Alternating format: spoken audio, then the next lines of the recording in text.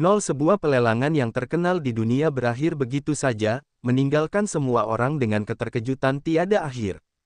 Wu Chen baru saja keluar dari balai lelang ketika dia melihat seorang pria gemuk berdiri 3 meter darinya. Ketika dia melihat pria ini, kemarahan di hati Wu Chen langsung memuncak. Karena pria ini adalah orang yang telah menipunya hingga kehilangan 200.000 koin kristal. Dasar gendut sialan, berhenti di situ. Wu Chen bergegas mendekat dan mencengkeram pakaian orang ini. Kekuatan orang ini hanya di alam empirean ketujuh dari alam bela diri sejati, bagaimana mungkin dia bisa menandinginya? Saya penasaran siapa orang itu. Ternyata dia adalah saudara Chen. Bagaimana kabarmu? Ketika pria ini melihat bahwa itu adalah Wu Chen, dia terkejut. Kemudian, dia memperlihatkan senyum standar. Namun, ketika dia melihat senyum di wajah pria itu, kemarahan di hati Wu Chen meningkat. Itu adalah senyum standar. Dia tidak tahu berapa banyak orang tak bersalah yang telah dia lukai. Dasar gendut, kau tukang untung yang tidak tahu malu. Cepat bayar aku 200.000 koin kristal. Wu Chen menarik pakaiannya dan mengancamnya dengan ganas. Si gendut berkata, Kakak Chen, kalau ada yang mau kamu katakan, katakan saja dengan baik-baik. Kenapa kamu harus memarahiku? Toh kita kan tidak ada permusuhan, kan? Kau masih mengatakan bahwa tidak ada permusuhan di antara kita. Kemarin, kau menipuku dengan 200.000 koin kristal. Bukankah itu dendam? Kata Wu Chen dengan marah. Pria gemuk itu bertanya, Saudara Chen, makanan bisa dimakan secara acak. Jangan bicara omong kosong. Kapan saya menipu koin kristal Anda? Wu Chen berkata, kamu membeli 2 pilku kemarin, tetapi kamu hanya memberiku 300.000 koin kristal. Hari ini, pelelangannya akan menjadi 250.000 koin kristal per pil. 2 di antaranya akan menjadi 500.000. Katakan, bukankah kamu menipuku dengan 200.000 koin kristal? Apa itu? Fatih mengerjapkan matanya seolah teringat sesuatu. Seketika, wajahnya menampakkan senyum khasnya. Saudara Chen, dengan lambaian tanganmu yang besar, kamu bisa mendapatkan 2 juta koin kristal. Apakah kamu masih perlu peduli dengan 200.000 koin kristal itu? Jangan coba-coba mempermainkanku. Hari ini, kau harus menggantiku dengan koin kristal. Kalau tidak, jangan pernah berpikir untuk pergi hari ini. Pria gemuk itu tidak mengubah pikiran Wu Chen. Dia memejamkan mata dan berkata, aku tidak punya koin kristal. Aku hanya punya satu kehidupan. Kau boleh melakukan apapun yang kau mau. Anda, melihat orang ini, dia tampak seperti babi mati yang tidak takut air mendidih. Wu Chen bahkan lebih marah. Dia berharap bisa memenggal kepala orang ini. Bajingan kecil, jadi kau ada di sini. Tepat pada saat itu, terdengar suara keras. Bersamaan dengan suara itu, kekuatan dahsyat juga menyelimutinya.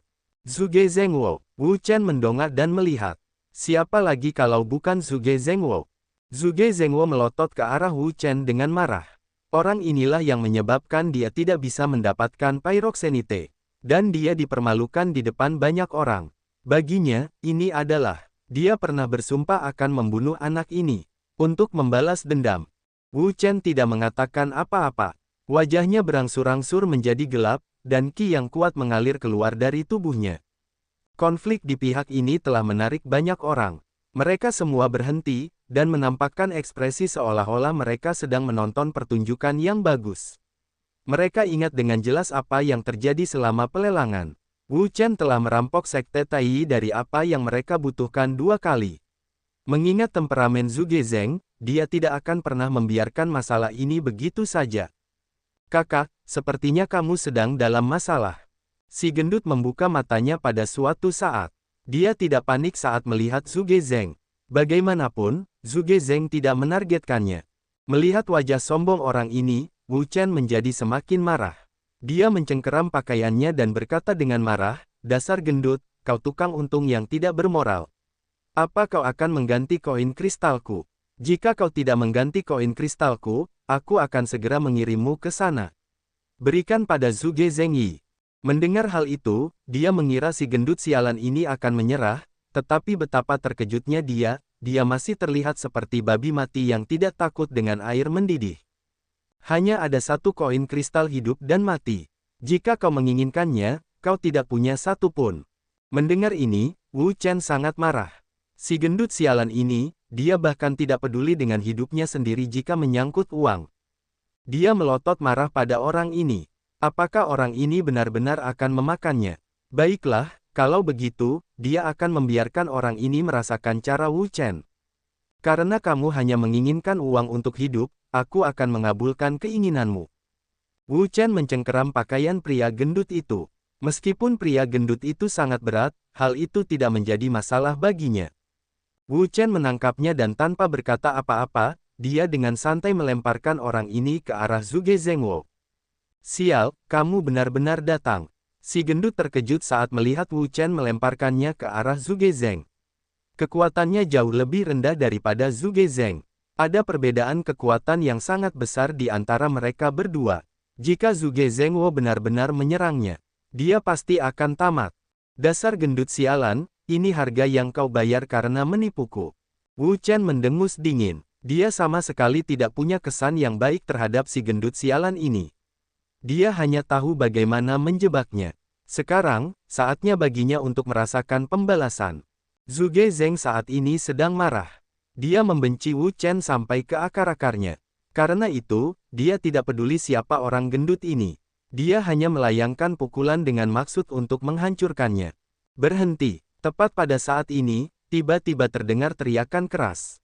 Bersamaan dengan teriakan ini, ada kekuatan dahsyat yang menyapu seperti angin kencang. Wah! Kedua energi itu bertabrakan dalam sekejap. Badai yang mengerikan pun menerjang dalam sekejap. Badai itu seperti badai yang dahsyat saat melanda. Ini, Kou Feng. Melihat orang yang tiba-tiba datang, Wu Chen terkejut. Dia tidak pernah menyangka bahwa Kou Feng akan menyelamatkan si gendut. Kamu, ada apa denganmu? Kau menentangku, Zhuge Zheng. Kou Feng menyelamatkan si gendut dan menaruhnya kembali ke tanah. Si gendut kamu menarik napas dalam-dalam beberapa kali dan menepuk dadanya dengan keras. Saat itu sudah sangat dekat sehingga dia hampir mengucapkan selamat tinggal pada dunia. Bukankah ini semua salah orang ini? Kamu menunjuk ke arah Wu Chen dan berkata. Wu Chen segera bergegas keluar dan berkata, dasar tukang untung yang tidak bermoral, kau malah mengadu pada orang jahat itu terlebih dahulu. Mengenai masalah kau menipuku dengan 200.000 koin kristal, aku belum menyelesaikan masalah ini denganmu. Itu kamu. Kou Feng dapat mengetahui dari suaranya bahwa Wu Chen adalah orang yang menjual pil malapetaka kekaisaran tertinggi. Saya yakin Anda bukan orang biasa karena Anda sangat murah hati. Saya Kou Feng. Bolehkah saya tahu nama Anda? Wu Chen berkata, Chen Wu. Chen Wu. Kou Feng mengerutkan kening. Nama ini agak terlalu biasa. Itu tidak sesuai dengan identitas orang ini. Namun, dia tidak terlalu peduli tentang itu. Itu hanya sebuah nama, dan itu tidak banyak berpengaruh padanya.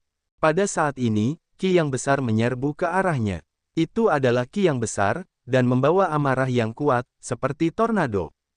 Kong Feng, aku baru saja akan mencarimu, tetapi kamu datang kepadaku atas kemauanmu sendiri. Kebetulan, aku akan berurusan dengan kalian semua kali ini. Ketika melihat Kou Feng, kemarahan di dada Zhuge Zheng langsung membuncah.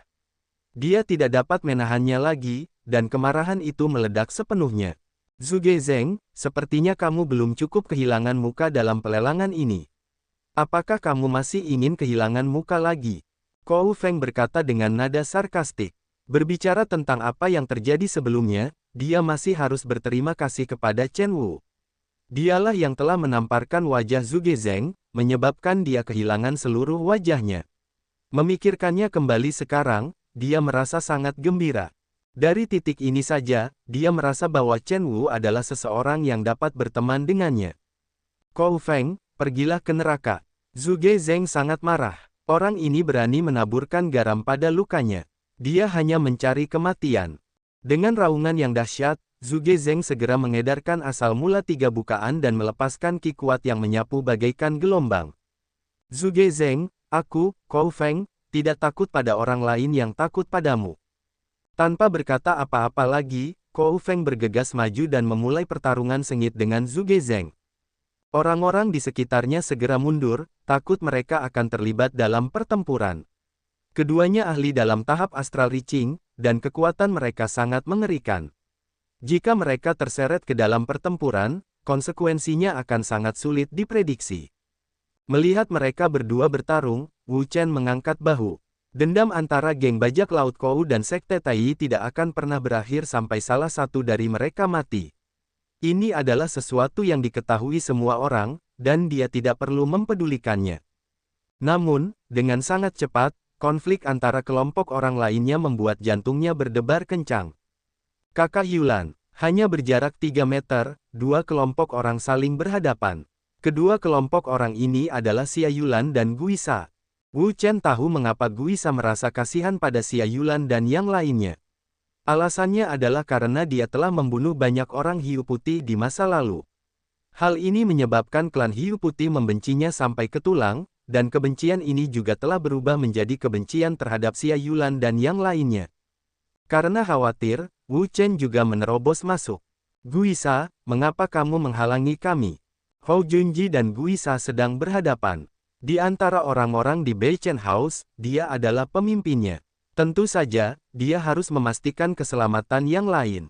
Guisa berkata, kalian orang-orang dari Beichen House benar-benar berani. Beraninya kalian membunuh orang-orang dari klan Hiu Putih. Apakah kalian sudah bosan hidup? Guisa sedang dalam suasana hati yang sangat buruk saat ini. Kembali ke tempat pelelangan, dia mengincar dua barang secara berurutan, tetapi pada akhirnya, semuanya direnggut oleh orang lain. Akibatnya, dia tidak mendapatkan apapun dalam pelelangan ini. Bagaimana mungkin dia tidak marah? Bagaimana mungkin dia tidak marah? Sekarang setelah dia melihat orang-orang dari rumah Beichen, kemarahannya langsung meluap. Dia berharap bisa membunuh semua orang ini. Xia Yulan dan yang lainnya sudah memberitahu Hou Junji tentang apa yang terjadi di Selat Iblis.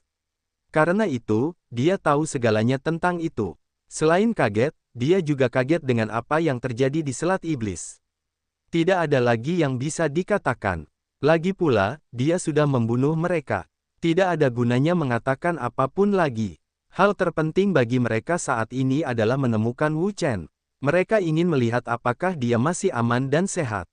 Guisa, klan Hiu Putihmu telah membunuh banyak orang dari Tanah Suci Tao Abadi selama bertahun-tahun. Mengapa? Apakah kamu mengizinkan orang-orangmu untuk membunuh orang lain? Atau apakah kamu tidak diizinkan untuk membunuh orang-orang dari klan Hiu Putihmu?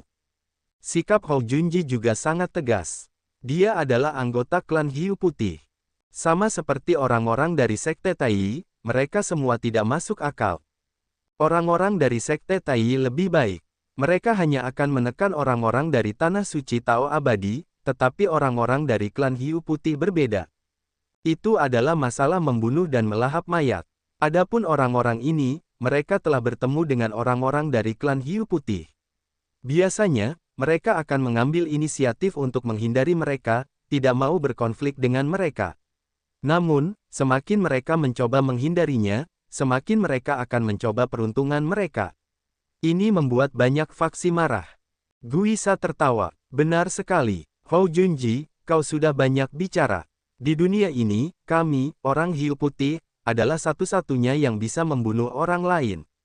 Tidak ada yang pernah mengatakan bahwa kami, orang Hiu Putih, adalah satu-satunya yang bisa membunuh orang lain. Di sisi lain, Xia Yulan juga marah ketika mendengar ini. Dia berteriak, Guisa, jika kamu tidak datang untuk mencari kami, aku akan pergi dan mencari kalian semua. Klan Hiu Putihmu akan mengembalikan kehidupan seorang murid sejati dari rumah Beichen. Dia telah menyaksikan Wu Chen tumbuh selangkah demi selangkah. Dia adalah seorang jenius yang tak tertandingi di Beichen House. Dia baru berada di sekte tersebut kurang dari setahun. Dia berhasil menembus Astral Reaching Stage dan menjadi murid sejati Beichen House. Namun sekarang, karena White Shark People, keberadaannya tidak diketahui, dan hidupnya tidak diketahui. Saat ini, Beichen House tidak memiliki tempat untuk melampiaskan kemarahan mereka. Guisa menjadi semakin marah saat melihat Xia Yulan. Xia Yulan, kaulah pelaku utamanya. Hari ini, aku harus membunuhmu. Aku akan menggunakan darahmu untuk mengenang kematian jiwa bangsa Hiu Putih kita. Xia Yulanlah yang berusaha sekuat tenaga untuk menghentikannya hari itu, mencegahnya berpisah. Ini memberi Wu Chen, Liu Ziyi, dan yang lainnya kesempatan untuk membunuh orang Hiu Putih. Oleh karena itu, Xia Yulan juga merupakan seseorang yang harus dibunuh oleh klan Hiu Putih. Dengan teriakan keras, Guisa melancarkan gerakan. Ia mengepalkan tinjunya dan meninju Xia Yulan, melancarkan serangan ganas ke arahnya. Kakak Yulan, melihat Guisa melancarkan serangan ke Xia Yulan, Wu Chen langsung khawatir. Ia ingin pergi dan membantu Xia Yulan, tetapi sebelum ia sempat bergegas keluar, sesosok tubuh bergegas keluar terlebih dahulu. Guisa, apakah kamu benar-benar mengabaikan kenyataan bahwa tidak ada seorang pun di rumah Bei Chen? Hou Junji menyerbu dengan kecepatan tinggi. Ia mengepalkan tinjunya dan melancarkan pukulan. Kekuatan tinju yang dahsyat dilepaskan dengan keras. Kekuatan itu menyapu ke bawah seperti gelombang dan bertabrakan dengan keras dengan tinju Guisa. Seketika, gelombang energi membumbung tinggi ke langit. Qigong yang dahsyat menyapu ke segala arah. Itu mengejutkan semua orang di sekitarnya, menyebabkan mereka mundur jauh dari Hou Junji dan Guisa. Kekuatan kedua pria ini tidak bisa diremehkan. Itu sangat mengerikan, jauh di luar imajinasi mereka. Wah! Sebuah tinju beradu. Guisa dan Hou Junji sama-sama terdorong mundur oleh kekuatan benturan tersebut. Mereka terdorong mundur sejauh 3 meter sebelum sempat mendapatkan kembali keseimbangan mereka. Melihat Hou Junji, Guisa terbakar amarah. Dia berteriak dengan marah, Hou Junji, karena kau ingin mati, aku akan mengabulkan keinginanmu. Hou Junji tidak takut pada apapun. Dia berkata, Guisa, datanglah padaku. Aku, Hou Junji, tidak perlu takut pada apapun. Keduanya meraung dengan marah. Ki mereka yang ganas meletus dan bertabrakan dengan keras. Di tanah, Ye Yulan menatap Hou Junji tanpa berkedip. Hatinya dipenuhi kekhawatiran. Kekuatan Guisa sangat mengerikan. Dia bukan orang biasa, sama sekali bukan tugas yang mudah untuk menghadapinya. Sus, tampilkan menu. Namun, pada saat ini, rasa bahaya yang kuat menyerbu ke arahnya. Tubuh Xia Yulan tiba-tiba bergetar. Merasakan aura yang kuat ini, ekspresinya berubah drastis. Prajurit tahap transformasi naga. Ki ini benar-benar terlalu besar, melebihi imajinasinya. Dia bahkan tidak perlu berpikir untuk mengetahui bahwa ini pasti ahli tahap transformasi naga. Jelas, dia bukan satu-satunya yang menyadari Ki ini. Banyak orang juga menyadarinya, dan ekspresi mereka pun berubah.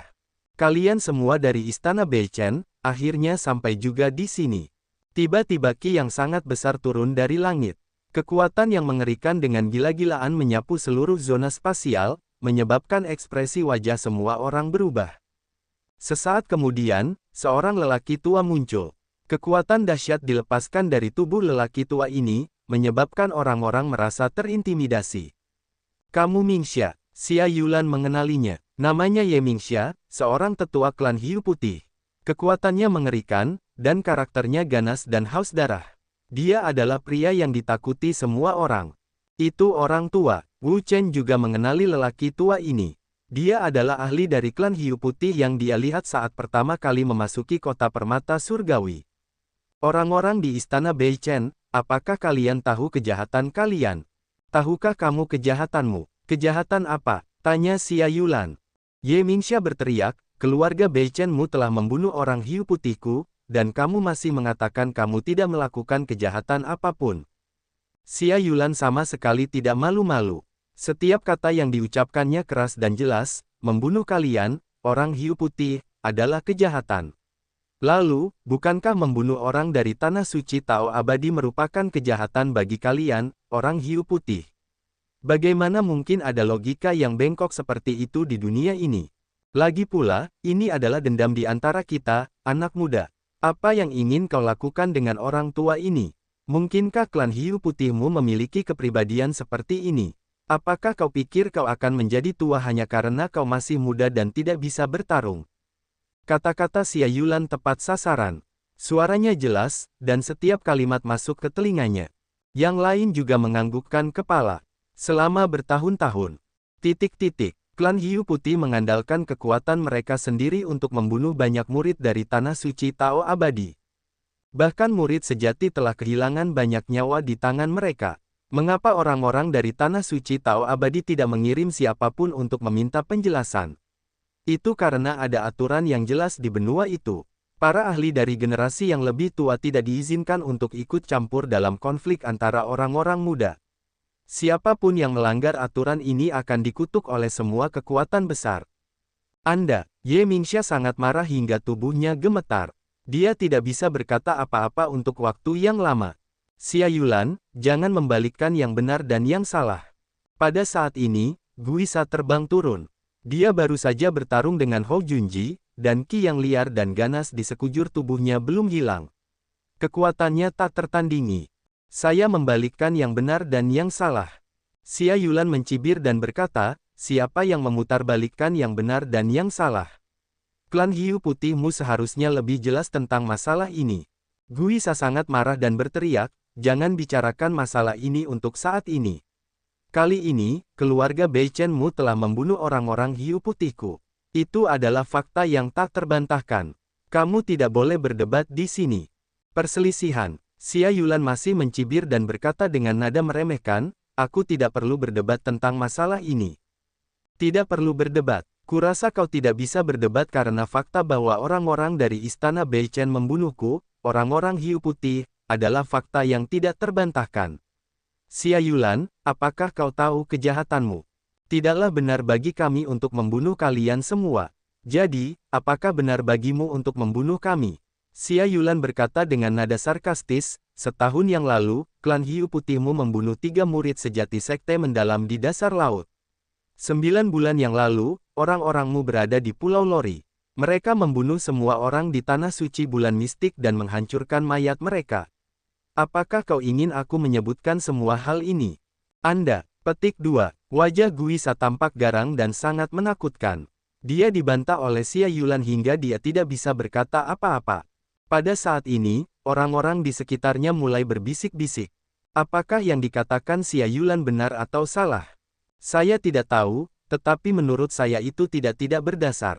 Menurutku itu memang benar. Xia Yulan adalah orang yang lebih jujur. Dia tidak akan dengan mudah membuat masalah. Selain itu, lihatlah, Guisa dan yang lainnya tidak punya kekuatan untuk membantah. Jika tidak ada hal seperti itu, melihat kepribadian mereka, bukankah mereka akan langsung membantahnya? Orang-orang klan Hiu Putih sudah bertindak terlalu jauh. Mereka sangat kejam dan biadab. Semua orang mengutuk orang-orang klan Hiu Putih. Dasar gadis yang berlidah tajam. Kalau aku tidak memberimu pelajaran hari ini, reputasi klan Hiu Putih akan hancur. Energi Qi Ye Mingxia keluar dari tubuhnya. Kekuatan besar langsung menyapu ke arah Xia Yulan, berniat untuk menghukumnya saat itu juga. Namun, Xia Yulan tidak merasa takut sedikit pun saat menghadapi ancaman Ye Mingxia. Sebaliknya, dia tersenyum lembut. Apa aku benar? Apa kau berencana untuk membungkamku? Xia Yulan tersenyum. Tidak ada rasa takut di matanya, seolah-olah dia telah memahami segalanya. Diam kau, gadis bau. Pergilah ke neraka. Ye Mingxia berteriak. Qi yang kuat keluar dari tubuhnya dan bergegas menuju Xia Yulan. Tepat saat Xia Yulan hendak dipukul, suara gemuruh tiba-tiba turun dari langit. Ye Mingxia, beraninya kau menyentuh murid sejati rumah Beichen. Suara gemuruh yang tiba-tiba itu mengejutkan semua orang. Mereka tidak pernah menyangka akan ada seorang prajurit perkasa dari istana Beichen. Mereka mendongak dan melihat seorang pria parubaya muncul di hadapan Xia Yulan. Tubuh pria parubaya itu memiliki kekuatan yang sangat besar, bagaikan lautan yang bergelombang. Seorang prajurit tahap transformasi naga. Pria parubaya ini memiliki energi yang sangat kuat dan ki-nya sangat kuat. Jelas bahwa dia adalah seorang ahli tahap transformasi naga. Tetua Muking. Melihat pria parubaya ini, Wu Chen terkejut. Pria ini tidak lain adalah Tetua Muking. Muking, itu kamu. Melihat kedatangan Muking, bahkan Ye Mingxia pun terkejut. Ia tidak pernah menyangka bahwa para tetua dari istana Beichen juga akan datang. Dengan adanya Muking di sini, akan sangat sulit bagi mereka untuk menyentuh Xia Yulan dan yang lainnya. Muking berkata, Ye Mingxia, aturan benua menyatakan bahwa para ahli dari generasi tua tidak boleh ikut campur dalam konflik antara generasi muda. Jika tidak, mereka pasti akan dikutuk oleh masyarakat. Apakah kamu akan dikutuk oleh semua orang? Dengan geram, Ye Mingxia menentang dengan keras, Muking, jangan kau putarbalikkan yang benar dan yang salah. Murid sejati dari rumah Bei Chen telah membunuh begitu banyak orang dari klan Hiu Putih, tidak peduli apapun. Tidak ada cara untuk menyangkalnya. Mu Qing berkata, itu karena para pemuda dari klan Hiu Putih tidak sebaik dirimu. Kau kalah dalam pertempuran, tetapi kau masih menyalahkan orang-orang dari istana Bei Chen. Apakah kau tidak merasa malu akan hal ini? 2. Hahaha. Ye Mingxia tertawa dan berkata, para pemuda klan Hiu Putih tidak sebaik mereka. Ini hanya lelucon. Klan Hiu Putih kami adalah ras terkuat di Laut Timur. Kami sangat kuat. Seorang pemuda acak dari klan Bei Chen kami sudah cukup untuk menghancurkan klan Bei Chen Anda. Mu Qing berkata, karena kau mengatakan bahwa para pemuda dari klan Hiu Putihmu tidak terkalahkan, maka biarkan para pemuda itu datang. Jika istana Bei Chen kita kalah dalam kompetisi antar generasi muda, kita tidak akan pernah mengucapkan sepatah kata pun. Ini adalah kompetisi antar generasi muda. Kau, seorang pria tua, akan berpartisipasi di dalamnya. Tidakkah kau merasa malu? Kamu, tanya Wang Yao. Ye Mingxia sangat marah sehingga dia ingin bergegas dan melawan Mu Qing selama 300 ronde. Namun, dia menahan amarahnya. Mu Qing adalah orang yang sangat kuat, dan dia jelas merupakan salah satu prajurit tahap transformasi naga teratas. Dengan kekuatannya saat ini, sulit untuk mengatakan apakah dia bisa mengalahkan Mu Qing. Mu Qing, karena kau ingin seorang pemuda untuk bertarung denganmu, jangan menyesalinya. Ye Mingxia melontarkan ancaman terakhirnya, lalu pergi sambil terengah-engah. Klan Hiu Putih terkenal dengan kekuatan mereka, dan kata-kata mereka jelas tidak dapat dibandingkan dengan Mu Qing dan yang lainnya. Melihat Ye Mingxia telah pergi, Guisa dan yang lainnya juga pergi dengan perasaan malu. Hari ini, klan Hiu Putih telah kehilangan banyak muka.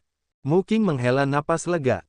Ini adalah Laut Timur. Klan Hiu Putih lebih kuat daripada kekuatan besar lainnya. Tidak cocok bagi mereka untuk terlibat konflik hebat dengan mereka. Apakah kalian baik-baik saja? Xia Yulan menggelengkan kepalanya. Kami baik-baik saja. Mu Qing mengamati kelompok itu dan mengerutkan kening. Dia bertanya dengan suara yang dalam, di mana Wu Chen? Apakah kalian belum menemukannya? Tidak, tidak ada pesan. Xia Yulan sangat khawatir dalam hatinya, takut sesuatu akan terjadi pada Wu Chen. Kemana perginya si kecil ini? Di sisi lain, Wu Chen melihat semua ini.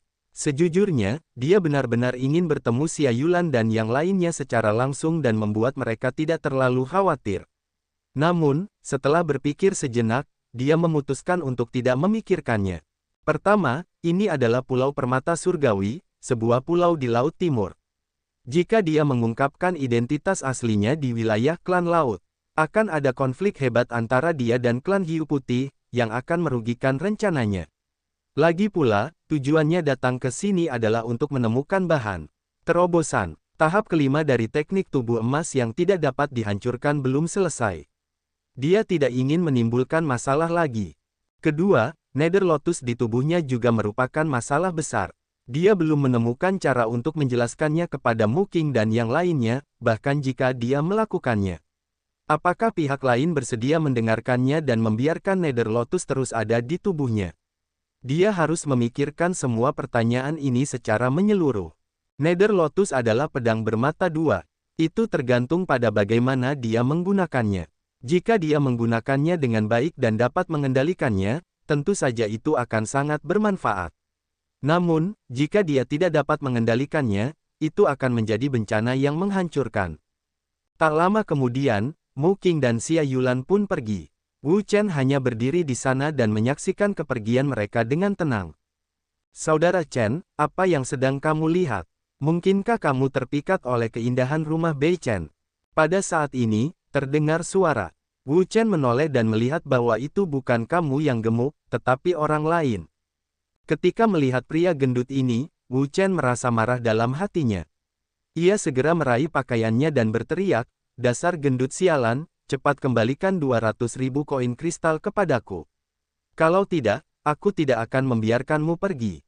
Wajah kamu masih menunjukkan senyum khasnya dan berkata, Saudara Chen, mengapa kamu begitu terobsesi dengan koin kristal itu? Kita semua adalah teman, bukan? Bagaimana dengan ini, jika kamu membutuhkan sesuatu di masa mendatang, jangan ragu untuk datang dan menemuiku. Aku berjanji akan melakukannya dengan baik untukmu. Mengenai koin kristal, lupakan saja. Dengan kemurahan hati saudara Chen, dia melambaikan tangannya. 1.000.000 koin kristal akan ditransfer ke rekeningmu dalam hitungan menit. Bagaimana mungkin 200.000 koin kristal itu layak untuk kamu lihat? Anda, Wu Chen sangat marah. Dia mengepalkan tangannya erat-erat. Dia benar-benar ingin meninju wajah menjijikkan orang ini hingga berkeping-keping. Namun, ia memikirkannya lagi. Bagaimanapun, ia harus menemukan sesuatu sekarang. Mungkin ia bisa menggunakan koneksi orang ini untuk membantunya menemukan hal-hal itu. Jika memang begitu, kecepatannya akan jauh lebih cepat. Jika ia bertarung sendirian, ia pasti tidak akan bisa dibandingkan dengan sekelompok orang yang membantunya menemukan hal-hal itu. Dasar gendut, tidak apa-apa kalau kau ingin aku melepaskannya. Bantu aku menemukan beberapa barang. Kalau kau bisa menemukan semuanya, dendam di antara kita akan terhapus. Kalau kau tidak bisa menemukannya, mari kita lihat bagaimana aku akan menghadapimu. Mendengar ini, mata kamu langsung berbinar, karena ada bisnis yang mendatanginya. Saudara Chen, mencari sesuatu itu mudah. Serahkan saja padaku. Wu Chen berkata, dasar gendut sialan, kau bahkan tidak bertanya apa yang ingin kutemukan, dan kau berani menjaminnya. Kamu tersenyum, menepuk dadanya dan berkata, siapa aku, kamu? Aku punya papan nama emas. Tidak ada yang tidak bisa kutemukan. Membanggakanmu. Wu Chen mengernyitkan mulutnya. Dia tidak menyukai orang ini. Dia hanya seorang pencari untung yang tidak bermoral. Setelah itu, Wu Chen menyerahkan tugas mencari bahan-bahan yang tersisa kepada kamu. Ia meminta garis bawah, untuk bertanggung jawab mencari bahan-bahan tersebut. Tentu saja, ia juga tidak tinggal diam. Ia juga berkeliling ke berbagai kamar dagang, balai lelang, dan tempat-tempat lain, mencari bahan-bahan yang ia butuhkan. Setelah beberapa hari, usahanya akhirnya membuahkan hasil. Selain Borneol, ia telah mengumpulkan semua bahan lainnya. Borneol, Wu Chen menyeret tubuhnya yang lelah kembali ke penginapan. Dia telah mencari Borneol ini bersama kamu dan yang lainnya begitu lama, tetapi masih belum ada kabar tentangnya. Dia tidak tahu di mana dia bisa menemukannya. Borneol adalah buah yang sangat langka dan berharga. Menurut legenda, buah ini adalah buah yang terbentuk dari darah naga es. Dalam keadaan normal, buah ini hanya dapat ditemukan di tempat-tempat yang tertutup es dan salju, tetapi di tempat-tempat yang tertutup es dan salju. Selain daerah kutub dan puncak-puncak gunung di benua langit bela diri, sangat jarang untuk melihat tempat-tempat lain. Borneol sangat penting untuk pengembangannya pada tahap kelima dari seni tubuh emas yang tidak dapat dihancurkan. Tanpa itu, pada dasarnya mustahil baginya untuk menembus ke tahap kelima. Pelanggan, apakah Anda ingin makan? Pelayan itu mendekat dan bertanya. Wu Chen menatapnya dan berkata, berikan aku beberapa hidangan khas. Baik, pelanggan, mohon tunggu sebentar. Wu Chen menemukan meja kosong dan duduk. Dia tidak menunggu lama. Tak lama kemudian, 4 hidangan panas disajikan. Wu Chen melepas sumpitnya dan makan. Karena dia tidak dapat menemukan Borneol untuk saat ini, dia tidak dapat berbuat apa-apa. Dia akan mencarinya lagi. Lagi pula, masih ada lebih dari 20 hari sebelum berakhirnya pasar laut. Dia tidak terburu-buru. Jika dia benar-benar tidak dapat menemukannya, dia dapat pergi ke dunia es kutub untuk mencarinya. Dia memperkirakan bahwa dia akan dapat menemukannya. T2. Pernahkah kau memperhatikan bahwa jumlah alkemis di kota permata surgawi telah meningkat beberapa kali lipat? Apa yang aneh tentang itu? Itu hanya pertemuan para alkemis. Konferensi alkemis. Oh, aku lupa soal itu. Konferensi alkemis diadakan setiap beberapa tahun sekali, dan setiap kali diadakan di pasar laut. Benar sekali. Karena itulah jumlah alkemis di sini tiba-tiba meningkat. Aku penasaran berapa banyak alkemis yang akan dipilih oleh Sekte Super dan diterima sebagai murid mereka kali ini.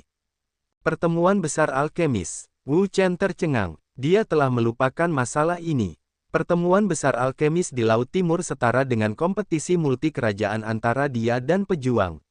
Itu adalah cara bagi Sekte Super untuk merekrut murid-murid yang luar biasa, tetapi kompetisi multi kerajaan hanya merekrut prajurit pejuang.